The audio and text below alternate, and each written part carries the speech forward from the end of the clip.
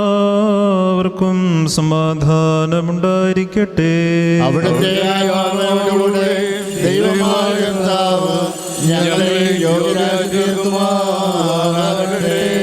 ജീവൻ നൽകുന്ന പ്രഖ്യാപനമായ നമ്മുടെ കർത്താവ് യേശു മിശിഹായുടെ വിശുദ്ധ എവൻഗേലിയോൻ, ലോകത്തിന് ജീവനും രക്ഷയും ഘോഷിക്കുന്ന സുവിശേഷകനായ വിശുദ്ധ ലൂക്കോസ് എവൻഗേലിസ്തൻ എഴുതിയ രക്ഷാകര സുവിശേഷത്തിൽ നിന്ന് നമ്മുടെ നാം എല്ലാവരുടെ മേൽ തന്നെ അനുഗ്രഹങ്ങളും